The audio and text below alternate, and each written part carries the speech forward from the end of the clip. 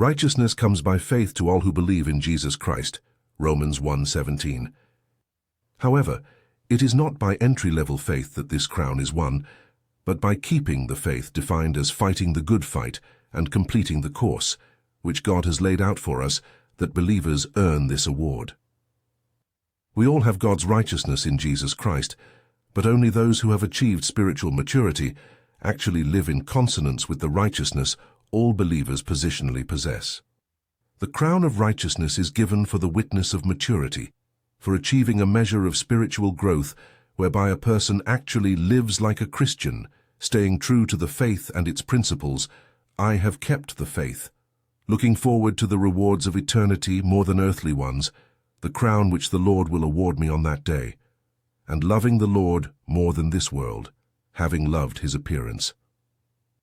Faith, hope, and love, the three basic virtues of the Christian walk, become fully functional at the point of spiritual maturity, 1 Corinthians 13:13.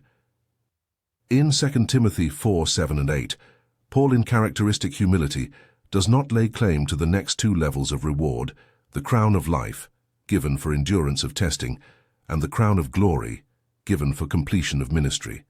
Although if there has ever been a triple crown winner in the church, it is most assuredly the Apostle Paul. Instead, as an encouragement and an exhortation to follow me, he holds out the promise of this first crown, the crown of righteousness, to all who have come to the point of a solid, mature faith, a focused and vibrant hope, and a genuine and constant love for Jesus Christ. Most, if not all, believers have some degree of faith beyond the basic mustard seed which brought them into union with Christ. Most, if not all, believers have some hope of the resurrection and the glories of eternity, to the point that these truths form a part of their Christian motivation and encouragement. And most, if not all, believers love Jesus Christ to the point of doing or having done something for him, his truth, his church, in response to his sacrifice on our behalf, by which we have been saved.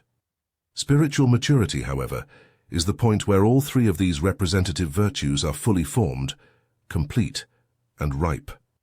Just as we can watch the development of any fruit or vegetable as it grows, from being just barely discernible, to nearly full-sized yet green, to ripe and ready for picking, so it is in the case of a believer's spiritual growth. There are various degrees of size, quality, color, and overall goodness in any ripe fruit or vegetable, and indeed in the Christian life, God has set no limit or end to the potential for goodness which may be attained. Yet what all mature believers have in common is this ripeness or discernible distinct maturity. Immature believers may occasionally and inconsistently manifest some or all of the characteristics identified with these basic Christian virtues. But just as there is a clear difference between a green tomato, whatever its size, and a ripe red one, so those who have not yet attained to spiritual maturity are obvious, certainly to God, usually to other believers, and also often to the world at large. In the same way, mature believers are also known by their ripe fruit to be honorable and faithful followers of Jesus Christ. The mature witness of our lives in effectively and consistently living up to the standard of righteousness which we have in Jesus Christ through faith is the essential produce which yields this second-level reward, the crown of righteousness. Level 3 rewards the crown of life, the hope level of spiritual production. The crown of life, represented by the 60-fold production in the parable of the sower and by the silver of 1 Corinthians 3:12, is the hope level of higher reward.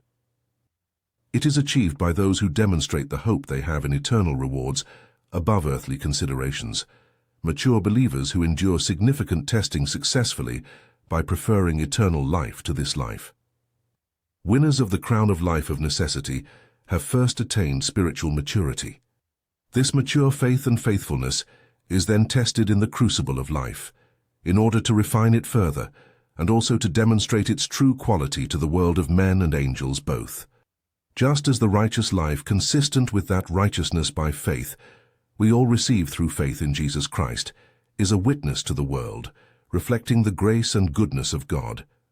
To an even greater degree, the perseverance of mature believers under severe pressure and tribulation yields unmistakable proof that such individuals really do esteem God more than anything in this life. and that Jesus' opinion and the eternal life and rewards he promises are more real to them and more important to them than anything this world of dust and decay could possibly offer. In anticipation of this ultimate deliverance, your joy overflows, though at present it may be your lot to suffer for a time through various trials to the end that your faith may be shown to be genuine.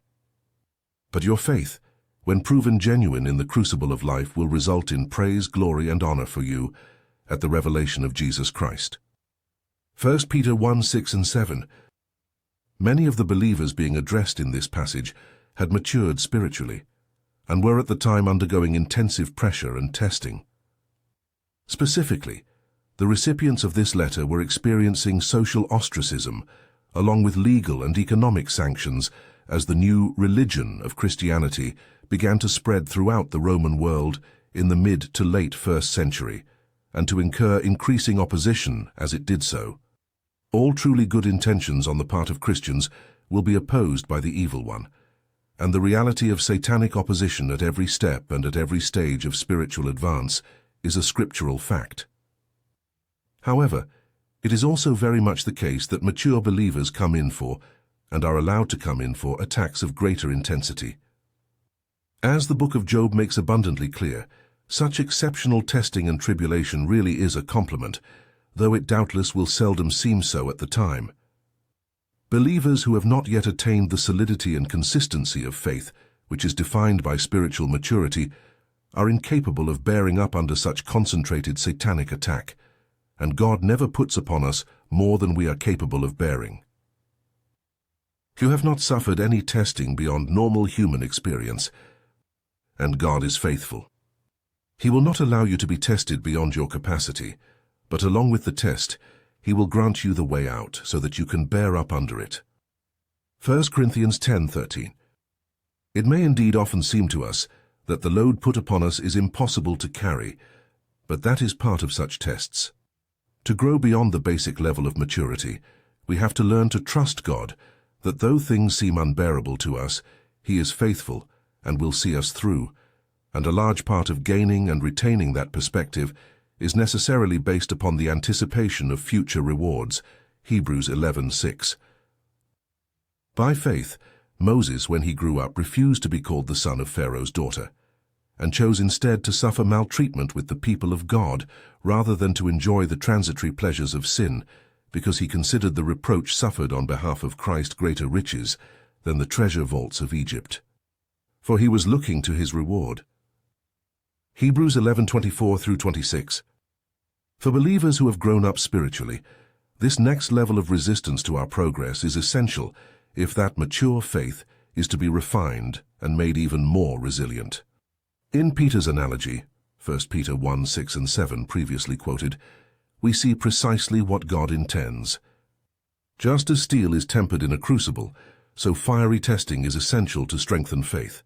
In order for our faith to be honed into a focused hope, capable of truly and experientially seeing the reward ahead, as more valuable than anything in this life, and as worth whatever suffering and significant trouble must be endured on this earth, we must successfully pass through trials and tribulation beyond the common sort.